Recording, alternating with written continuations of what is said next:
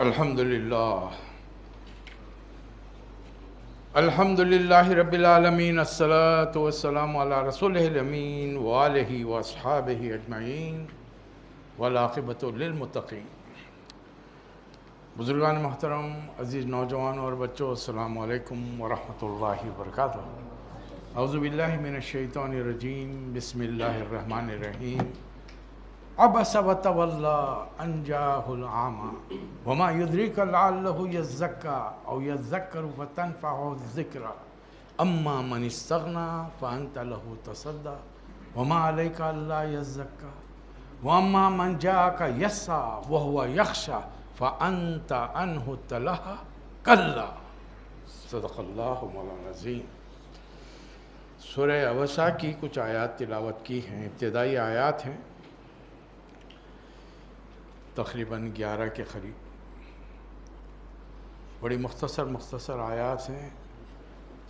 یہ اس کا پس منظر اگر آپ جان لیں گے تو شاید آپ بھی کوشش کریں گے ان سوروں کو یاد کرنے کی، اس لیے کہ جب تک کسی چیز کی حقیقت کا پتہ نہیں چلتا، آدمی کی توجہ اس جانب کم ہوتی ہے اسے یاد کرنے، حفظ کرنے کے لیے۔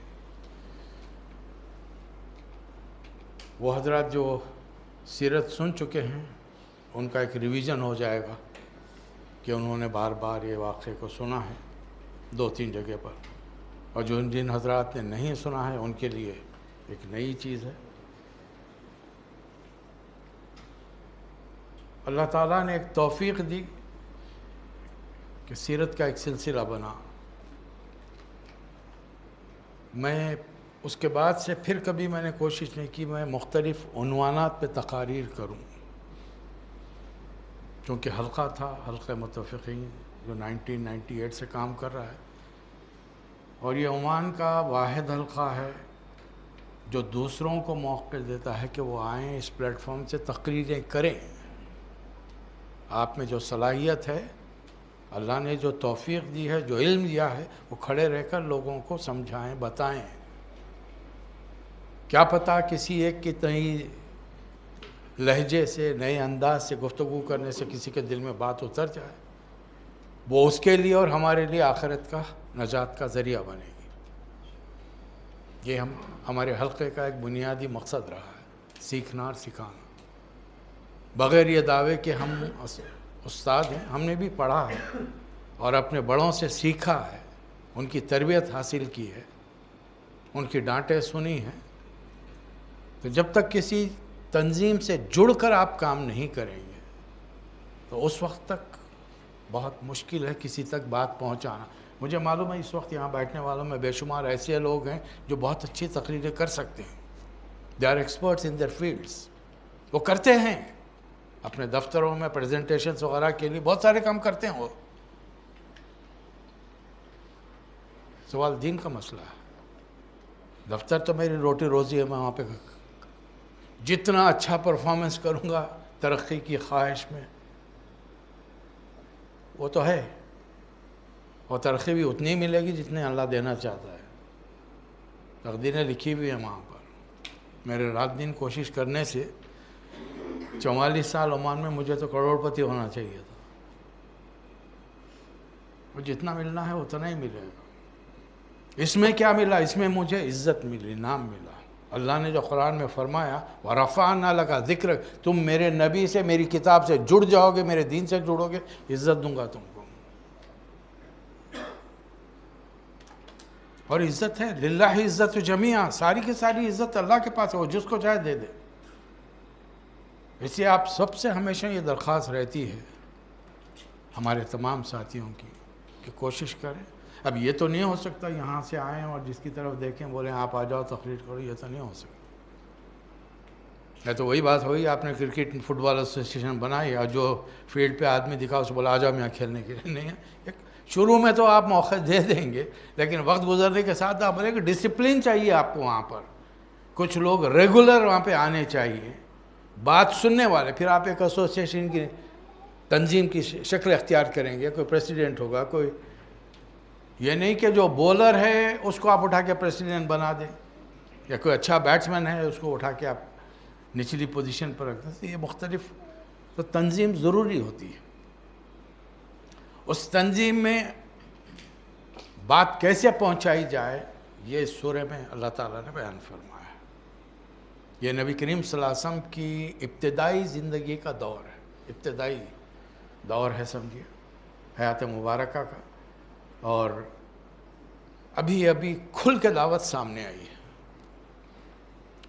آپ تمام حضرات جانتے ہیں جنہوں نے سیرت پڑھی ہے، رسول اللہ صلی اللہ علیہ وسلم کی حیات مبارکہ یا تفاسیر پڑھی ہیں، 3 سال تک نبی کریم صلی اللہ علیہ وسلم نے خاموش تبلیغ کی. کیا مطلب ہوا خاموش تبلیغ کا؟ بھئی نبی ہیں، رات وہی اتری، صبح جاتے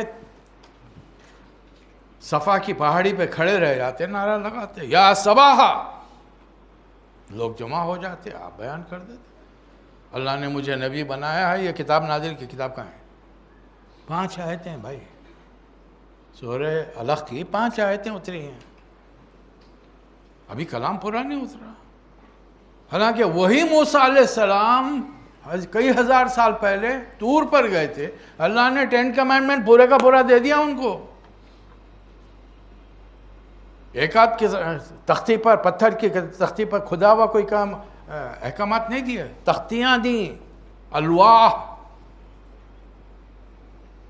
تو رسول اللہ کو بھی اللہ دیتا. آج تو سنا بھائی آج سے تمہوں پہ روزہ فرض، نماز فرض، زکوٰۃ فرض، حج فرض، اور چلو آج سے یہ چیزیں حرام نہیں. گھر پہنچے، خاتون ایمان لائیں.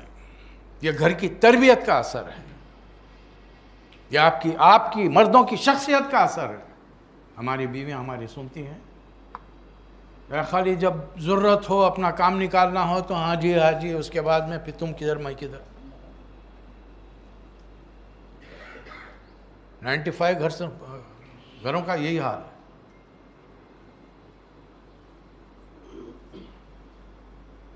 فوری خاتون کے میعاد سے کاللہ واللہ، ہرگز نہیں، یہ شیطان ہو ہی نہیں سکتا. آپ جو کام کرتے ہیں آپ کو اللہ کا رسول ہونا ہی تھا. ایک بیوی کا سٹیٹمنٹ ہے بھائی، اور دین اسلام کی تصدیق خاتون کر رہی ہے. خود ہمارے پاس خواتین کا ہمارے کیا مقام ہے؟ ہم مشورے کرتے ہیں، پوچھتے ہیں. بھائی کم از کم گھر کے معاملات میں تو ان کو اتنی لمٹ دینی چاہیے نا، تبھی تو وہ ہمارے کیریکٹر سے واقف ہوں گے. ورنہ میاں ہمارے سامنے کچھ بنتے، باہر کچھ بنتے. اور ہی خاتون نے دوسری صبح ہوئی، حضرت ابوبکر صدیق ایمان لائے، حضرت زید بن حارثہ، حضرت علی وغیرہ وغیرہ. اب یہ سلسلہ کیا جا رہا ہے؟ زبان در زبان بات چیت ہو رہی ہے. تبھی تو آپ رسول اللہ صلی اللہ علیہ وسلم فرما رہے ہیں نا میرے ساتھ یہ واقعہ ہوا، اور یہ 3 سال تک چلتا رہا. ایک آدمی لیکن خاص لوگوں تک. جناب حضرت ابوبکر کو انہیں معلوم ہے کہ ابھی کتاب نازل نہیں ہوئی ہے، ابھی محمد صلی اللہ علیہ وسلم پر صرف 5 آیتیں اتری ہیں. لیکن انہوں نے انتظار نہیں کیا کہ پورا دین اتر جائے، میں پکا ہو جاؤں نمازی، بہترین نمازی، روزے رکھنے والا، زکوٰۃ دینے والا، حج کرنے والا، پکا مسلمان ہو جاؤں تب تبلیغ کو نکلوں گا. یہ غلط کانسیپٹ مسلمانوں کے دماغوں میں آج بیٹھا ہوا ہے. میں جس سے بات کرتا ہوں اس کا ایک ہی رہتا ہے، میں بڑا مسکین ہوں، بہت گنہگار ہوں. میں بولتا ہوں آ جاؤ میرے پاس، تم سے بڑا گنہگار میں ہوں، دونوں مل کے شروع کریں گے گناہوں کو. مرنے سے پہلے گناہوں کو کم کرنا ہے نہیں ہے، یا گناہوں کے ساتھ جہنم میں جانا ہے؟ کہاں جانا ہے؟ کہاں جانا چاہتے ہم لوگ؟ جب جنت میں جانا چاہے تو آؤ نا بھائی، اکیلے میں بیٹھو. میں بتاتا ہوں تم سے بڑی بڑی برائیاں میرے میں تھیں، ہو سکتا ہے تو ان کو دور کرنا ہو تو کچھ کرنا پڑے گا اس کے لیے. اس کا راستہ یہی ہے. فوری تبلیغ شروع ہو گئی. لیکن مخصوص لوگوں میں جو سمجھدار ہیں، بےہودہ قسم کے سوالات نہیں کرتے، تھڑدلے نہیں ہیں، ذری سی بات کے اوپر بھڑک جائیں، اپنوں کے ساتھ بدتمیزی سے پیش آئیں، نہیں. ان لوگوں تک بات پہنچاؤ جو صبر رکھتے ہوں، جو تحمل رکھتے ہوں، بات کو سنتے ہوں، سمجھتے ہوں، ان تک بات پہنچاؤ. اور حضرت ابوبکر نے کیا کیا رضی اللہ تعالیٰ عنہ؟ عشرہ مبشرہ کے 6 افراد، یعنی وہ 10 لوگ جن کو رسول اللہ صلی اللہ علیہ وسلم نے بشارت دی، یہ جنتی، یہ جنتی، یہ 10 آدمی سامنے بیٹھے ہیں، حالانکہ مجموعہ بہت بڑا ہے، 10 ان سب کے سامنے پتہ ہے یہ 10 آدمی جنتی ہیں۔ عشرہ مبشرہ حدیث بہت مشہور ہے۔ 6 کو ان میں حضرت ابوبکر صدیق خود ان کو ملا، یہ 7 ہو گئے۔ اب حضرت علی کو تو رسول اللہ صلی اللہ علیہ وسلم نے دعوت دی تھی، 8 یہ ہو گئے، حضرت عمر بعد میں ایمان لائے۔ تو یہ اندازہ لگائیے، آہستہ آہستہ تبلیغ میں بڑی مشکل سے 130-140 آدمی جمع ہو گئے، یعنی پتہ چلا اب محمد صلی اللہ علیہ وسلم اسلام کی دعوت دینے کے لیے اکیلے نہیں ہیں، ٹیم بن چکی ہے۔ ٹیم چاہیے آپ کو، ہر فیلڈ میں ٹیم چاہیے۔ یہ ٹیم کی پابندی آپ اور میں دن رات کرتے ہیں، کچھ ہو جائے تڑپ کے اٹھتے ہیں 7 بجے دفتر جانا ہے، نہیں تو ایک وارننگ پہ ڈانٹ پڑے گی، تنخواہ کٹ جائے گی، پروموشن رک جائے گا، تڑپ کے اٹھتے، فجر کو تڑپ کے نہیں اٹھتے ایسا، لیکن صبح ڈیوٹی کو جانے کے لیے تڑپے۔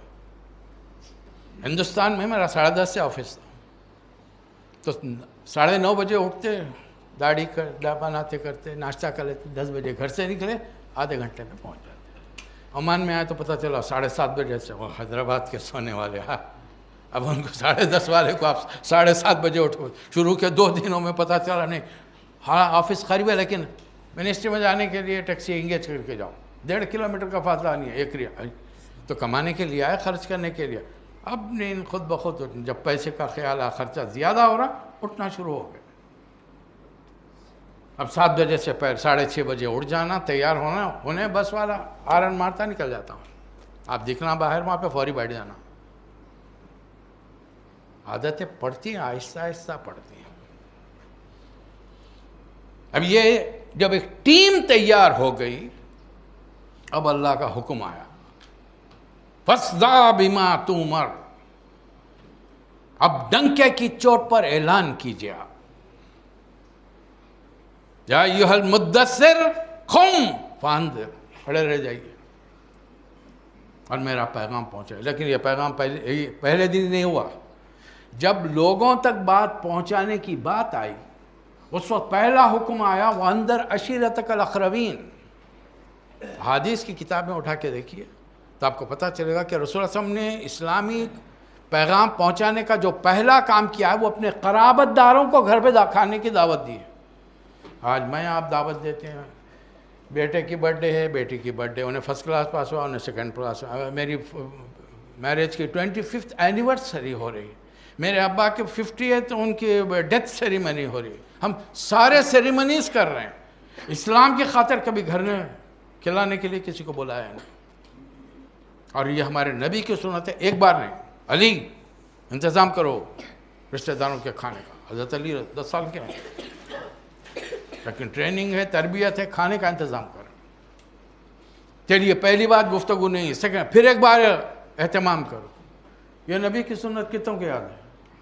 دعوتیں نہیں کرتے آپ لوگ؟ میں نہیں کرتا ہوں۔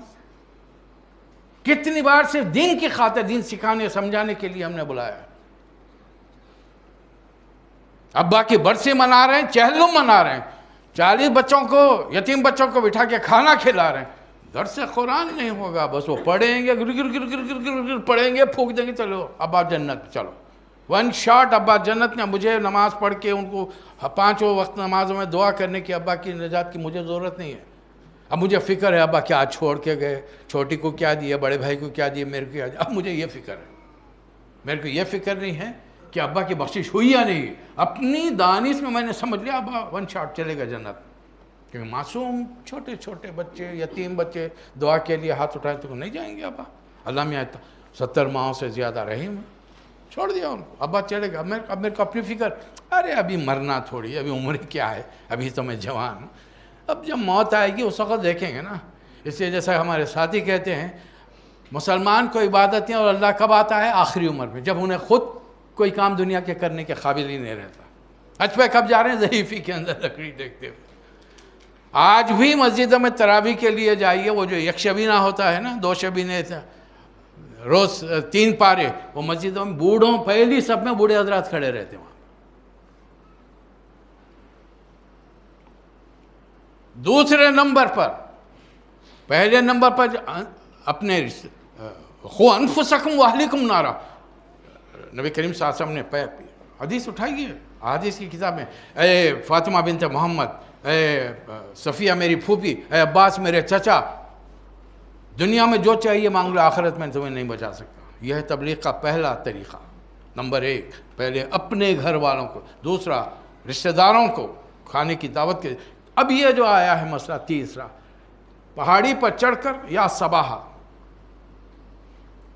اب لوگوں کو معلوم ہو گیا کہ ہمارے گھر میں جو نوجوان تھے وہ آئے دن ادھر مختلف مصروفیات میں تھے، آج کل وہ بڑے ڈسپلن ہو گئے، خاموشی سے گھر میں داخل ہوتے ہیں، کچھ منہ میں بڑوا لاتے ہیں، ادھر ادھر دیکھتے ہیں، کیا ہو گیا ہمارے بچوں کو؟ اب ہمت نہیں ہے پوچھنے۔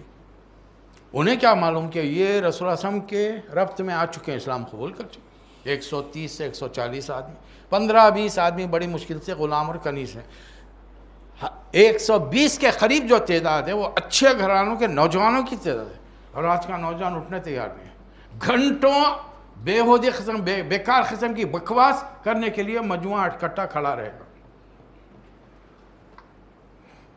دوستوں کے ساتھ وقت کیا کہا، یہ کل کا دن پوچھ ہوگی، اتنا وقت میں نے تمہیں دیا، تم نے کیا کہا؟ اور یہ سلسلہ جو سیرت کا شعبہ، یہ اس کی بنیادی وجہ یہ تھی۔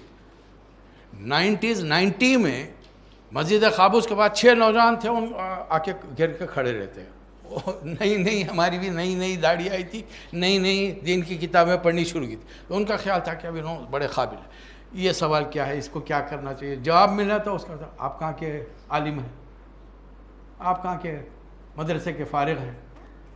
انہی دنوں اللہ نے توفیق دی تھی سلسلہ شروع کرنے کی، کہ نبی پر قرآن کس ترتیب سے نازل ہوا ہوگا۔ وہ 98 سے اس مسجد کے اندر پکار کر کے، آج بھی اگر میں کہوں ہاتھ اٹھائیے کتنوں کے گھر میں سیرت النبی صلی اللہ علیہ وسلم کی کتاب ہے، اور اس کتاب کو آپ نے کتنے مرتبہ پڑھا ہے، آپ کی بیوی نے کتنی مرتبہ پڑھا ہے، آپ نے چھٹیوں میں 8-8, 9-9 دن کی چھٹیاں عمان میں دی جاتی ہیں، اپنے بچوں کو لے کر کتنی بار بیٹھے۔ ہاں یقیناً پکنک پارٹی پر مجھے اعتراض نہیں ہے، بھئی گھومنا پھرنا بھی ہے، قرآن میں سائحین کا لفظ آیا ہے، سیاحت کرنے والے، اللہ کی نشانیوں کو دیکھنے والے۔ اب ہم کون سی نشانیاں دیکھتے ہیں آپ خود جان سکتے ہیں، کیسی نشانیاں آج کل نظر آتی ہیں۔ یہی دنوں کا واقعہ ہے جب بات کھل کے مکے میں سامنے آ گئی، نبی کریم صلی اللہ علیہ وسلم بڑے بڑے سرداروں میں بیٹھے، ابھی سرداروں کی مجال نہیں ہے نبی کریم صلی اللہ علیہ وسلم کی طرف ٹیڑھی نظر سے بھی دیکھ سکے، کہ الٹا سیدھا لفظ منہ سے نکال سکے، ادب احترام۔ اب بڑے بڑے سرداروں کی محفل ہے، حضور اکرم صلی اللہ علیہ وسلم بیٹھے ہوئے ہیں، ان کو دین کی دعوت دے رہے ہیں۔ ایک بڑے خوبصورت صحابی ہیں، حضرت خدیجہ رضی اللہ تعالیٰ عنہ کے رشتہ دار ہیں، حضرت عبداللہ بن ابن مکتوم رضی اللہ تعالیٰ، نابینا ہے، جنہوں نے آنکھوں سے بھی نہیں دیکھا نبی کریم صلی اللہ علیہ وسلم کو، ان کے ساتھ کوئی ڈیلنگ، معاملات بھی نہیں کیے، تجارت بھی نہیں کی، لین دین بھی نہیں کیا، انہیں یقین تھا کہ یہ صاحب سچ بات کہہ رہے ہیں، وہ ایمان لائے۔ اب ان کو دن رات ایک شوق تھا کہ محمد صلی اللہ علیہ وسلم پر جو اللہ کا کلام نازل ہو رہا، میں اس کو سیکھوں، اس کے معنی معلوم کروں، مفہوم معلوم کروں، اس کو سمجھوں، اس کو اپنی زندگی میں برتوں، ایک شوق تھا۔ اچانک اب سورہ نازل، اب 3 سال کے اندر تو کافی سورہ نازل ہو گئے، وہ تو پہلی وہی تھی، 3 سال 5 آیتوں پر گزارا نہیں ہو سکتا، اس لیے کہ ان 3 سالوں کے بیچ میں اللہ کا ایک حکم بھی رسول اللہ صلی اللہ علیہ وسلم کے لیے آ گیا تھا، یا ایھا المزمل قم اللیل الا قلیلا نصفہ وانقص منہ قلیلا او زد علیہ ورتل القرآن ترتیلا۔ آدھی رات، پون رات، اس سے کچھ کم کچھ سے زیادہ کھڑے رہیے اور اللہ کے کلام کو پڑھیے۔ کیسے پڑھیے؟ ترتیل، رک کر، ٹھہر کر، سمجھ کر، تدبر کرتے ہوئے، اس کے پیچھے، اس کے معنوں کے پیچھا کرتے ہوئے، پھر اپنی زندگی کا جائزہ لیتے ہوئے کہ میں نے اس پر عمل کیا ہے نہیں کیا ہے۔ اس طریقے سے اس پر تو اب بتائیے 5 آیتیں آپ آدھی رات پڑھیں گے، کیا حال ہوگا؟ تھکن ہو جائے گی نہیں ہوگی؟ آپ ایسا بیٹھے ہیں میرے سامنے، آدمی بور ہو جائے گا بھائی. اللہ کا کلام ہے، بے شک ہے اللہ کا کلام، کوئی شک نہیں ہے اس کے اندر. 5 آیتیں آدھی رات دہرانا ہے آپ کو، جبکہ آپ کو سورت فاتحہ بھی نہیں اتری آپ کی، اور سورہ فاتحہ کے بغیر نماز نہیں ہوتی، تو اس کا مطلب ہے کہ سورہ فاتحہ اتر گئی. تو اس محفل میں نبی کریم صلی اللہ علیہ وسلم بیٹھے ہیں. اب وہ حضرت عبداللہ بن ابن مکتوم رضی اللہ تعالیٰ عنہ ٹھوکریں کھاتے ہوئے، مکہ کی سڑکیں، پکی روڈیں تو تھی نہیں، نہ کوئی آدمی ساتھ میں ہے ہاتھ لے کے، فوری پہنچے رسول اللہ علیہ وسلم کے گھر پہ پہنچے. نہیں ہے محمد صلی اللہ علیہ وسلم نہیں ہیں، شاید کعبۃ اللہ کے پاس سرداروں سے بات کریں. وہاں ڈھونڈتے وہاں پہنچ گئے. اب وہاں جا کر وہ چونکہ نابینا ہے، نظر ہی نہیں آ رہا، انہوں نے گفتگو سے اندازہ لگایا وہ اس محفل میں محمد صلی اللہ علیہ وسلم بیٹھے ہوئے. انہوں نے کہنا شروع کیا، یا اللہ کے رسول مجھے دین سکھائیے، اور مجھے بات نہیں، اللہ کی کلام سنائیے، مجھے بات بتائیے. اور یہ موقع ہے، یہاں ثابت ہوتا ہے، اللہ بتا رہا ہے میرے انبیاء علیہ السلام بھی بشر تھے، انسان تھے، تم جیسے انسان تھے. انما انا مثلکم یوحی الی. فرق تم میں مجھ میں کیا ہے؟ مجھ پر وہی آتی، تم پہ نہیں آتی. اور انسان ہونے کا مطلب یہ نہیں کہ ہر باپ بیٹے بھائی ایک دوسرے کے ہم شکل، ہم عقل، ہم صلاحیتوں کے نہیں ہوتے. تو حضرت عبداللہ بن مکتوم رضی اللہ تعالیٰ بار بار کہہ رہے مجھے نبی صلی اللہ علیہ وسلم کے پیشانی مبارک پر تھوڑا ناگواری کے اثرات آ گئے. میں بہت احتیاط سے ان الفاظ کو استعمال کر رہا ہوں، ورنہ فتویٰ لگانے والے لگا دیں گے گستاخ رسول ہے. قرآن کے الفاظ ہیں، کسی کا میرے سامنے مولانا اشرف علی تھانوی رحمۃ اللہ علیہ کا ترجمہ ہے. انہوں نے بھی نبی صلی اللہ علیہ وسلم کا نام بریکٹ میں کہا ہے محمد صلی اللہ علیہ وسلم چین بجے بھی ہوئے. اب چین بجے بھی اگر میں یہ لفظ استعمال کروں، آدھے سے زیادہ کے لفظ معنی نہیں سمجھ میں آتے. یہ پرانی اردو ہے. ناراض ہو گئے، برا مان گئے ان کی بات کا، چہرے سے ناگواری جھلکنے لگی، پیشانی پر سلوٹیں آ گئی. مختلف معنی ہیں. اللہ دیکھ رہا ہے. آپ کو اس بات پر ناراض کیا کیا ہے؟ ان جاءک الاعمی، ایک اندھا آپ کے پاس آ گیا ہے. وما یدریک لعلہ یذکر، آپ کو کیا معلوم کہ وہ میرا کلام سن کر پاکی اختیار کرے، او تنفع یذکر فتنفع الذکر، اور میرا کلام سن کر وہ پاکی حاصل کر لے. اما من استغنی فانت لہ تصدی. نبی صلی اللہ علیہ وسلم سرداروں کے بیچ میں بیٹھے ہیں، اور سرداروں کا حال ہے کہ رسول اللہ صلی اللہ علیہ وسلم بڑی دل جوئی سے، بڑی یعنی نرمی کے ساتھ، دل سوزی کے ساتھ ان کو بات سمجھانے. دیکھو مان لو اللہ کی بات، جہنم میں جلو گے، دیکھو تمہارے باپ دادا جیسا مر گئے، تم بھی کل مرنے والے ہو. بڑی ہمدردی سے انہیں سمجھا رہے. ان کا حال کیا ہے سرداروں کا؟ وہ سننا ہی نہیں چاہ رہے. کس چیز کا زور ہے؟ عہدے کا، مال کا، اپنی سرداری کا. وہ رسول اللہ علیہ وسلم کو سننا ہی نہیں چاہ رہے. تو اللہ وہاں پر نبی صلی اللہ علیہ وسلم کو بتا رہے اما من استغنی فانت لہ تصدی. جو لوگ آپ سے بے رخی برت رہے ہیں، بے نیازی برت رہے ہیں، آپ ان کے لیے کوشش کر رہے ہیں. وَأَمَّا مَنْ جَاءَكَ يَسْعَىٰ وَهُوَ يَخْشَىٰ، اور وہ جو دوڑتا ہوا آیا ہے آپ کے پاس، بھاگتے ہوا آیا، ٹھوکریں کھایا ہے، آپ اس کے لیے آپ لاپرواہی برت رہے ہیں. کلّا، اس کا ترجمہ اردو دنیا میں کوئی نہیں کر سکا. کبھی موقع ملے تو پڑھیے فی ظلال القرآن، سید قطب شہید رحمۃ اللہ علیہ کی جیل میں لکھی ہوئی تفسیر. ایک طرف منسٹری آف ایجوکیشن ہے، دوسری طرف جیل ہے. اس اللہ کے بندے نے دنیا کی آسائشوں کو ٹھوکر پہ رکھا، وقت کے فرعون کو نام جواب دیا. تاریخ اٹھائیے، گوگل پہ سرچ کیجئے، جب سید قطب شہید رحمۃ اللہ علیہ کو شہید کیا گیا، اس وقت کا پریزیڈنٹ کون تھا؟ یہ اس دور کا فرعون تھا، گزشتہ صدی کا فرعون تھا. انہوں نے جیل میں وہ تفسیر دی. اس کو سمجھنے کے لیے ایسی ایک بچہ، آپ کا بچہ ہے، ابا میرے کو موبائل دو. اب ابا بڑا نیا موبائل خرید کے لائے ہیں، اب وہ دینا نہیں چاہ رہے. انہوں بیگم کو بھی ہاتھ نہیں لگانے دیتے تو بچے کو کیسا دیں. اب انہیں بڑا مسلسل پیچھے ہو رہا ابا دو ابا دو. نہیں بیٹا نہیں بول رہے، یہ بہت قیمتی ہے، خراب ہو جاتا ہے. اب بول رہے ہیں آپ کو سمجھ جاؤ، آپ کیوں نہیں سمجھ رہے آپ؟ نہیں ابا دو. ارے دیکھیے یہ ایٹیٹیوڈ نیچرل ہے. اب اگر ایسا آپ نہیں کرتے تو آپ ولی اللہ میں آپ کا شمار ہو سکتا ہے. میں بچے والوں سے بات کر رہا ہوں. ایک لمٹ میں جانے کے بعد میں آپ اپنا آپا کھو دیتے نہیں کھو دیتے. غصہ آتا نہیں آتا، نہیں آیا بولے تو پھر آپ تو ولی اللہ ہیں یا پھر فرشتوں میں سے. اب فرشتے تو مجھے نظر نہیں آ سکتے، فرشتے تو یہاں جتنے بیٹھے ہیں سب مجھے نظر آ رہے ہیں. اب ولی اللہ ہو سکتے ہیں، وہ تو غیبی چیز ہے، اللہ جانتا ہے. ہرگز نہیں. اللہ نے صاف فرمایا آپ کا یہ طریقہ تبلیغ اللہ کو منظور نہیں.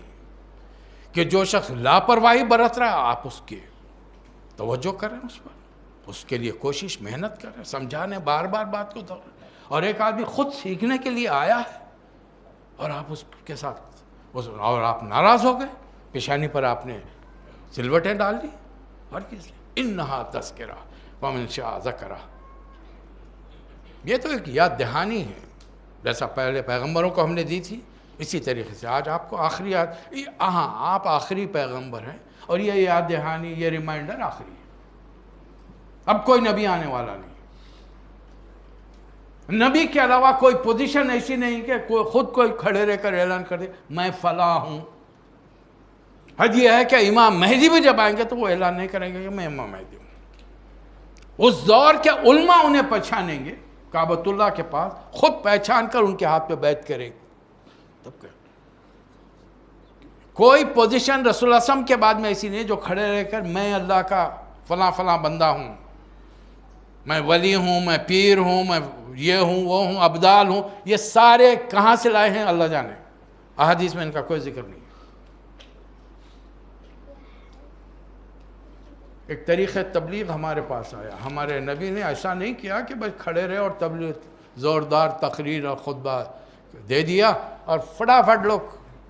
آپ نے سنا ہوگا بزرگان دین کے وقت ان کی نمازوں کی کیفیت یہ تھی کہ نماز ختم کرتے وقت السلام علیکم ورحمۃ اللہ تو ادھر سارے کے سارے عالم ہو گئے. السلام علیکم ورحمۃ اللہ ادھر سارے کے سارے حافظ ہو گئے. میں نماز کا پابند نہیں تھا، مسجد میں آنے کے بعد میں بنا 40 سال سے. 40 سال میں اتنی مسجدوں میں بے شمار مسجدوں میں نماز پڑھے ہیں، پڑھائی ہے. آج تک ایک امام ایسا نہیں ملا جو میری طرف دیکھ کے السلام علیکم بولے میرے دل میں معلوم ہو کہ میرا علم ایک دم بڑھ گیا، یا میں تقوی کے مقام پہ پہنچ گیا، یا میں حافظ قرآن ہوگا. کچھ بھی نہیں ہوا یار، جہاں تھا جیسا تھا ویسے ہوں. یہ لوگ کہاں ملتے ہیں کسی کو معلوم ہے؟ یہ حضرات جو ایسا یوں دیکھ کے ایک سلام کرے تو ادھر ایک سا پوری حافظ، دوسری طرف پوری عالم. تو پھر مسلمانوں کے جاہل کون رہیں گا؟ پھر کچھ مخصوص لوگ یہ صرف یہی سکھانے کیوں سیکھتے ہیں؟ کلمہ سکھانے نکلے، نماز سکھانے. جب سارے عالم ہو رہے ہیں اور ہر نماز میں ہو رہے ہیں تو پھر یہ سب سکھانے کی ضرورت ہی کیا ہے بھائی؟ یہ کتابیں لکھنے کی، تفسیریں لکھنے کی ضرورت ہی کیا ہے؟ سو ہم عالم بن جائیں، حافظ بن جائیں، مسئلہ ختم ہو گئی بات. نہیں، ایسا کچھ نہیں ہوگا. آپ کو سیکھنا پڑے گا. اللہ کا پہلا حکم، پہلا لفظ آپ کو ماننا پڑے گا. اقرا نہیں پڑھتے. میں پھر دوہرا رہا ہوں، سیرت کی کتاب کتنوں کے گھروں میں آپ نے کتنی بار دہرایا ہے اس کو؟ ایمانداری سے اپنے دل میں جائزہ لیجیے. آپ کی بیوی نے کتنی بار پڑھا ہے، آپ کی ماں نے، بہن نے کتنی بار پڑھا ہے، آپ کے بچوں نے کتنی بار. آپ بیٹھ کے ان کو سمجھائیں یہ ہمارے نبی کی حیات مبارکہ ہے، اس کو پڑھو. اس کو تم کو ان جیسا بننا ہے، میں بھی ویسا بننے کی کوشش کروں. جس دن یہ جملے، 2 جملے آپ نے کہے نا، بچے پھر آپ کی مزاج پٹ سے اچھی کر لیں گے. ابا کل تو آپ بولے ایسا بنو رسول اللہ صلی اللہ علیہ وسلم کے ذریعے، آج آپ جھوٹ بھی بول رہے ہیں، غلط بیانی بھی کر رہے ہیں، گالی بھی دے رہے ہیں. ہمارے بچے ہم کو پکڑ لیں گے. اگر نہیں ہے تو پھر ہم مسلمان کیسے بنیں گے؟ آج یہ جتنے بچے یہاں پر 12-14 سال کے بیٹھے ہوئے سارے انگلش میڈیم میں پڑھے ہوئے. میں پورے دعوے سے کہہ رہا ہوں ان کے کسی سلیبس میں اللہ کے بارے میں، رسول اللہ صلی اللہ علیہ وسلم کے بارے میں ایک لفظ نہیں ہے. میں انڈین اسکول کی بات کر رہا ہوں، ہمارے سلیبس کی بات کر رہا ہوں. پھر کیا سمجھتے ہیں؟ میری بڑی خواہش میرا بچہ انجینئر بن جائے، ڈاکٹر بن جائے، یہاں چلے جائے، وہاں چلے جائے. میری آرزو تمنا نہیں ہے کہ میرا بیٹا کم از کم میرے مرنے کے بعد میرے لیے دعا کے لیے ہاتھ اٹھائے، تاکہ مجھے اللہ کے عذاب سے نجات ملے اور یہ بھی میرے ساتھ کل جنت میں جائے. ہم نے ہر چیز کو ٹیک اٹ فار گرانٹیڈ لے لیا. ہم سمجھ رہے ہیں کہ میں کلمہ پڑھ لیا میں جنتی ہوں. اور مولویوں نے ایسے فتوے ایسی چیزیں آدھی حدیث سے سنائی ہے کہ رسول اللہ صلی اللہ علیہ وسلم جا کر جس آدمی کے ہاتھ میں دوزخ کا پروانہ ہے پھاڑ کے پھینک کے فرشتوں کو دھکے دے کے بولیں گے ہٹ جاؤ میرا امت میں لے کے جا رہا. ارے رسول اللہ صلی اللہ علیہ وسلم تو وہاں کھڑے رہیں گے بھائی حوض کوثر پر پانی پلائیں گے. میں جاؤں گا آپ جائیں گے. اگر پوچھ لیے میاں دنیا میں میرے لیے کیا کر کے آئے، نماز پڑھا، وہ تو نیت کیا باندھے 2 رکعت اللہ کے لیے پڑھا. روزہ رکھا کس کے لیے، نوایتن بصوم غدن للہ تعالی. پھر حج کس کے لیے، اللہ کے لیے. زکوٰۃ کس کے لیے، اللہ کے. یہ اللہ کے فرض کردہ فرائض سے جو تم نے ادا کیے، میرے لیے کیا کرے. آپ کے لیے درود پڑھتا تھا. وہاں دنیا میں آگ لگی ہوئی تھی، مسلمانوں کو کھدیڑا جا رہا تھا. مختلف ملکوں میں تمہاری ماؤں بہنوں کی، تمام مسلمان ایک جسم کی طرح ہیں، تمہاری ماں بہنوں کی عزتیں لوٹی جا رہی تھی اور تم بیٹھ کے مجھ پہ درود پڑھ رہے تھے. میرے لیے تم سلام پڑھ رہے تھے. تم ان کو بچانے کے لیے تم نے کوشش نہیں کی. ہے کوئی جواب؟ دعا اٹھا کر لیجیے ہاتھ اٹھا کے، یا اللہ غزہ والوں کو بچا لیجیے، یا اللہ فلسطین کو کشمیر کو بچا لیجیے. نہیں بچائے گا اللہ. شکر یہ ادا کیجئے کہ وہ سزا جو ہم کو ملنی چاہیے آج ہماری جگہ پر امت مسلمہ میں 160 کروڑ مسلمان سے تھوڑے بہت مسلمان ادھر ادھر پس رہے ہیں، وہ ہماری جانب سے اللہ کے عذاب کو بھگت رہے ہیں. ورنہ اللہ نے رسول صلی اللہ علیہ وسلم سے وعدہ کیا ہے، امت آپ کی امت کو، پوری امت کو ایک وقت میں عذاب نہیں دوں گا میں. یہ ان پر عذاب نہیں ہے، وہ اللہ کے امتحان میں، وہ سیدھا جنت میں جائیں گے. وہ امتحان دے رہے ہیں اور امتحان سب کا رسول اللہ صلی اللہ علیہ وسلم کا ہوا ہے بھائی. سر پہ خاک ڈالی گئی، پتھر مار کے لوہ لہان کیا گیا، آپ کے سامنے حضرت حمزہ کے جسم مبارک کے ٹکڑے پڑے ہوئے تھے. امتحان لیا گیا، آپ کا بھی لیا گیا. اپنوں کے لاشوں کے ٹکڑے دیکھنا کوئی آسان بات نہیں ہے، اور وہ بھی چہیتے چاچا کے. یعنی آپ کے جذبات کا اندازہ لگائیے. حضرت وحشی ایمان لا کر آ رہے ہیں، فرمایا کہ میں تمہارا ایمان قبول کرتا ہوں لیکن آئندہ سے میرے سامنے مت آؤ. تمہیں دیکھ کر مجھے چچا کیا. خاتم النبیین ہیں، بشریت ہے، وہ انسانی جذبات ہیں آپ کے اندر کہ چچا کا غم. حالانکہ 3 ہجری میں شہادت ہوئی ہے، یہ 10ویں ہجری چل رہی ہے، حج کا موقع ہے، آخری موقع ہے. لیکن کیا فرمایا، ہاں مجھے آج بھی تم کو دیکھتا ہوں تو چچا کی یاد آتی. یہ تمام چیزیں ہیں. میں نے بڑی کوشش کی کہ سیرت کی طرح اس کا سلسلہ بناؤں، لیکن بن نہیں پایا. عمر بھی بہت ہی جا رہی ہے. ساتھیوں میں سے بھی کوئی مزید، آپ لوگوں کو تو میں بول بول کے تھک گیا. میرے اپنے ساتھی بھی ساتھ دینے تیار نہیں. وہ ایک صاحب ہیں تو انہوں جا کے دور بڑھ گئے، وہاں سے یہاں تک ان کا آنا مسئلہ ہے. کئی نوجوان یہاں بیٹھے ہوئے جو حلقے سے وابستہ ہیں، قدم آگے بڑھانا نہیں چاہتے. اب اس کا ایک ہی سلسلہ یہ کہ میں عام تقریریں چھوڑ کر پھر دوبارہ آپ سے میں اجازت دے رہا ہوں، پھر دوبارہ میں سیرت سنانا شروع کر دوں. سیرت کا حال الحمدللہ اتنا ہے کہ ایک ترجمے والا قرآن اور ایک سوروں کی لسٹ لے کر میں یہاں پر 114 سورہ قرآن کے رسول اللہ علیہ وسلم کی پورے حیات طیبہ بغیر مزید کسی ریفرنس کے بیان کر سکتا ہوں. ہاں اگر اس جتنا علم اللہ نے دیا ہے اس کا 1% بھی میرے اندر داخل ہو جائے تو شاید آج کے ولی اللہ میں میرا شمار ہو، لیکن میں خود اپنا جائزہ لے رہا ہوں، وہ نہیں ہوا. اس لیے آپ سے درخواست ہے کہ جو دین کی خدمت کرنا چاہتے ہیں وہ اتوار کے دن میرے غریب خانے پر آئیں. مسجد قابوس کے بالکل پیچھے ہے. ہمارے ممبر بنیے. ہم کو آپ کی صلاحیت کا جس دن پتہ چلا کہ آپ بہت اچھا بول سکتے ہیں، آئیے یہ ممبر آپ کے لیے حاضر. ورنہ دیکھنے کو تو بہت سارے میرے سامنے بیٹھے ہوئے ہیں جو بہت اچھا بول سکتے ہیں. بس ایک ہی مسئلہ ہے. تو مجھے امید ہے میری اس عاجزانہ درخواست کا آپ لوگ لحاظ کریں گے، سوچیں گے اس بارے میں. اپنے لیے نہیں، کم از کم اپنے آنے والی نسلوں کے لیے سوچیں گے. اللہ تعالی ہم سب کو توفیق عطا فرمائے. وآخر الدعوانا ان الحمد للہ رب العالمین.